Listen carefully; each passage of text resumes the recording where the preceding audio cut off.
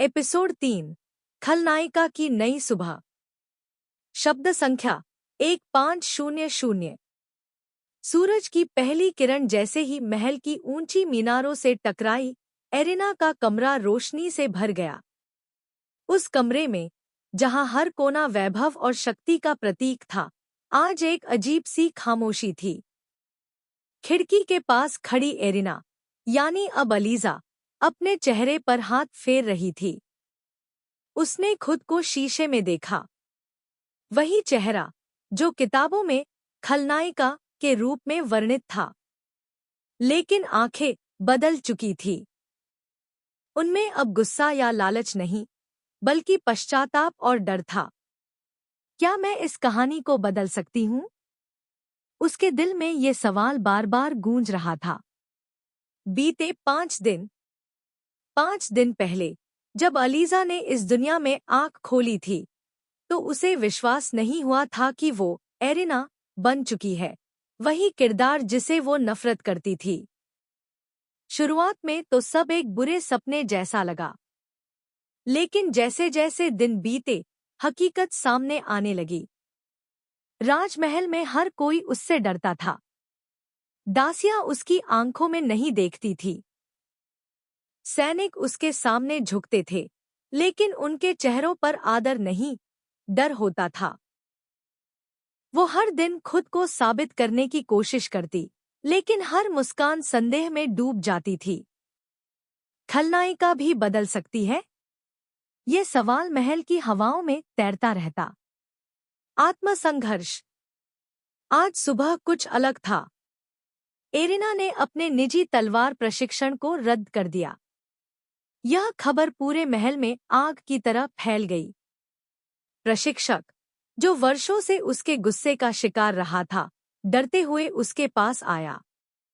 Lady arena, आपने आज अभ्यास क्यों रद्द किया? उसने कांपते स्वर में पूछा। अलीजा ने धीरे से जवाब दिया, क्योंकि आज मुझे खुद से लड़ना है।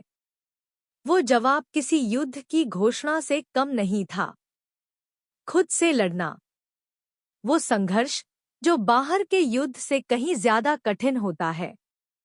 अतीत की परछाइयाँ।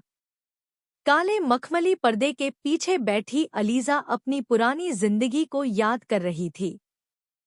वो नमाज पढ़ने वाली, दूसरों के दर्द से दुखी होने वाली सीधी सच्ची लड़की थी। लेकिन अब वो इस दुनिया की विलेन थी। एक ऐसी औरत जो कहानी में हीरो की दुश्मन थी। पर क्या किसी की जिंदगी सिर्फ एक किरदार तक सीमित होती है? महल में पहला कदम। आज पहली बार अलीजा ने बिना किसी डर और दिखावे के महल के गलियारों में चहलकदमी की। उसने तलवार नहीं पहनी, कोई गहना नहीं, कोई श्रृंगार नहीं। बस एक साधारण गुलाबी ड्रेस में वो निकली। दासियां सहम गई। सैनिकों की नजरें झुक गईं। लेकिन इस बार वो घबराई नहीं। लेडी एरिना का मूड शायद ठीक नहीं। शायद आज कुछ अनहोनी होने वाली है। महल में फुसफुसाहटें शुरू हो गई। पहली मुलाकात, केलन। शाम के समय महल में हलचल मच गई। मुख्य गेट की ओर से एक शूरवीर बिना अनुमति के अंदर घुस आया था। रुक जाओ, यह रॉयल इलाका है।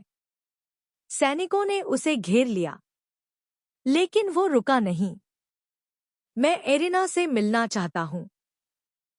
उसने तलवार जमीन पर फेंक दी।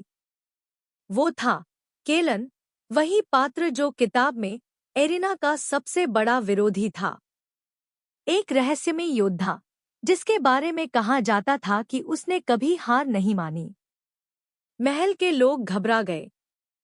लेकिन जब एरिना, यानी अलीजा, उस मैदान में पहुंची, तो कुछ बदला हुआ सा महसूस हुआ। मौन संवाद। जब उनकी आंखें मिली, केलन ने कुछ क्षण उसे देखा और फिर बोला, तुम वही हो। पर फिर भी नहीं। अलीजा ने धीमे स्वर में कहा, मैं अब वैसी नहीं हूं, केलन। उसके शब्दों में न कोई डर था, न दम्भ, बस एक गहरी सच्चाई थी। और तभी केलन मुस्कराया। एक ये पहली बार था जब कोई उसकी आंखों में देखकर बोला था, बिना डर, बिना नफरत के। केलन की मुस्कान में ऐसा कुछ था जो किताब में नहीं था। शायद कहानी की दिशा अब सचमुच बदल रही थी। समापन दृश्य। रात को अलीजा अपने कमरे में अकेली बैठी थी। उसने दीवार पर टंगी एक पुरानी पेंटिंग को देखा, एरिना की तस्वीर, जिसमें वह तलवार से लहूलुहान किसी सैनिक को मार रही थी। उसने धीरे से वो तस्वीर उतार दी। मैं अब वही नहीं हूं, उसने खुद से कहा। फिर उसने अपनी डायरी में पहली बार कुछ लिखा। खलनायिका का नाम मैं ले जाऊंगी, लेकिन उसका कर्म नहीं। एपिसोड 4। राख में छिपी आवाजें। महल की लाइब्रेरी अब सिर्फ राख थी। किताबें, इतिहास और उस नॉवेल की असल कहानी सब जल चुका था। पर एरिना, आलीजा, वहीं बैठी थी, एक कोना पकड़कर, जैसे कुछ तलाश रही हो। मेरी कहानी। ये सब क्यों हो रहा है? एक राख का टुकड़ा उसके हाथ में पड़ा। उस पर कुछ जला हुआ सा लिखा था। सिर्फ वो जो खलनायिका लगती है, असल में असली कहानी की कड़ी होती है। वो सिहर गई। 2 सपना या संकेत।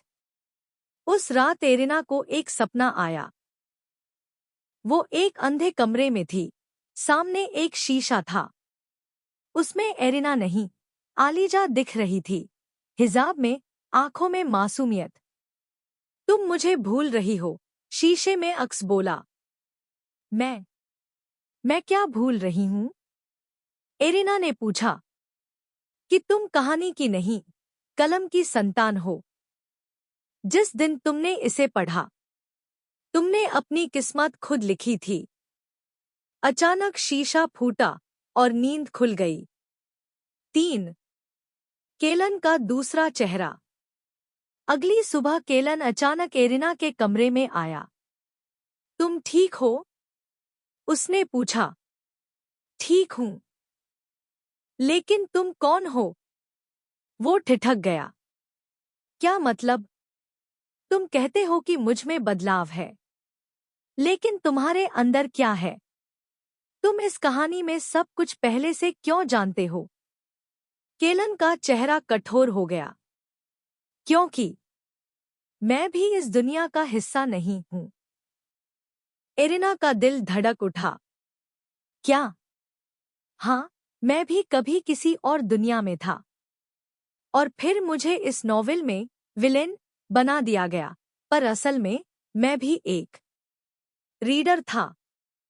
और अब मैं इस कहानी को अपने हिसाब से बदल रहा हूं। 4। लूसी की असलियत।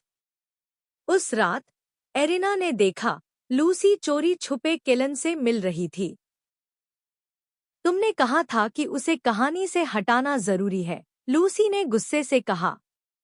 मैं कर रहा हूं, लेकिन वो अब बदल चुकी है। तो अब तुम्हें उससे मोहब्बत हो गई है। केलन चुप। और ये चुप्पी ही एरिना की मोहब्बत की सबसे बड़ी चोट बन गई। 5। दरवाजा जो कहानी के बाहर ले जाए। महल के तहखाने में एक पुरानी दीवार थी, जिस पर एक अजीब निशान उभरा था। वो वही निशान था जो द बर्निंग रोज की पहली प्रति पर बना था।